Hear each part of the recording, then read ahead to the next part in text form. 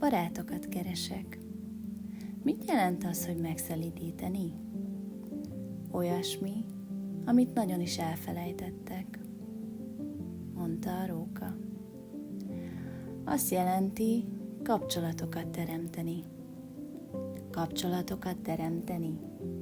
Úgy bizony, mondta a róka. Te pillanatnyilag nem vagy számomra más, mint egy ugyanolyan kisfiú, mint a többi 100, meg 100 000. És szükségem sincs rád, ahogyan neked sincs én rám. Számodra én is csak ugyanolyan róka vagyok, mint a többi 100, meg 100 000.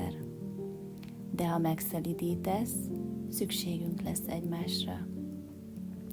Egyetlen leszel számomra a világon, és én is egyetlen leszek a te számodra. Kezdem érteni, mondta a kisherceg. Van egy virág, az azt hiszem, hogy megszelídített engem. Lehet, mondta a róka. Annyi minden megesik a földön. Ó, ez nem a földön volt, mondta a kisherceg. A róka egyszeriben csupa kíváncsiság lett. Egy másik bolygón? Igen. Vannak azon a bolygón vadászok?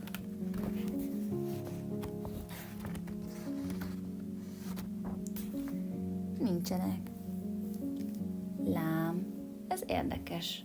Hát tyúkok? Nincsenek.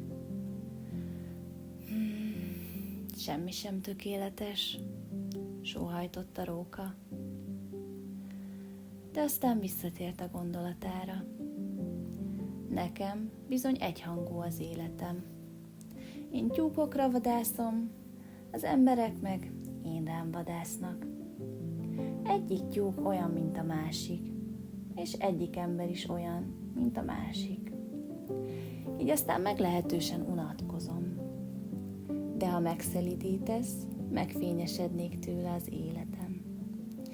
Lépések neszét hallanám, amely az összes többi lépés neszétől különböznék. A többi lépés arra késztet, hogy a föld alá bújjak. A tiéd, mint valami muzsika, előcsalna a lyukamból. Aztán nézd csak, látod ott a búzatáblát? Én nem eszem kenyeret. Nincs a búzára semmi szükségem. Nekem egy búzatábláról nem jut eszembe semmi. Tudod, milyen szomorú ez? De neked olyan szép aranyhajad van.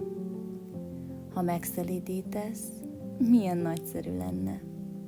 Akkor az aranyos búzáról rád gondolhatnék. És hogy szeretném a búzában a szél susogását. A róka elhallgatott, és sokáig nézte a kis herceget. Légy szíves, szelídíts meg, mondta. Kész örömest, mondta a kis herceg. De nem nagyon érek rá.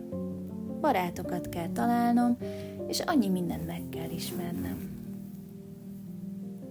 Az ember csak azt ismeri meg igazán, amit megszelídít, mondta a róka.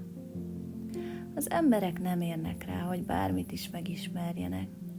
Csupa készhalmit vásárolnak a kereskedőknél, de mivel barátkereskedők nem léteznek, az embereknek nincsenek is barátaik. Ha azt akarod, hogy barátod legyen, szelídíts meg engem.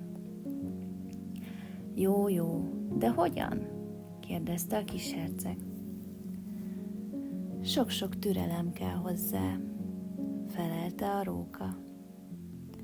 Először leülsz, szép tisztes távolba tőlem, úgy, ott a fűben.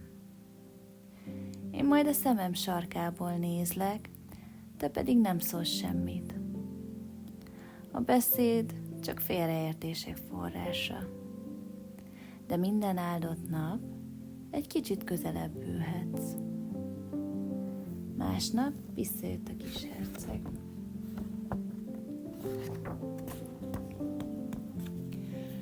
Jobb lett volna, ha ugyanabban az időben jössz, mondta a róka.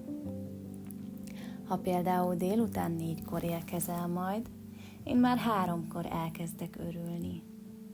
Minél előrébb halad az idő, annál boldogabb leszek. 4-kor már tele leszek izgalommal és aggodalommal. Fölfedezem, milyen drága kincs a boldogság. De ha csak úgy, akármikor jössz, sosem fogom tudni, hány órára öltöztessem díszbe a szívemet. Szükség van bizonyos szertartásokra is. Mi az, hogy szertartás? Kérdezte a kisherceg. Az is olyas valami, amit alaposan elfelejtettem.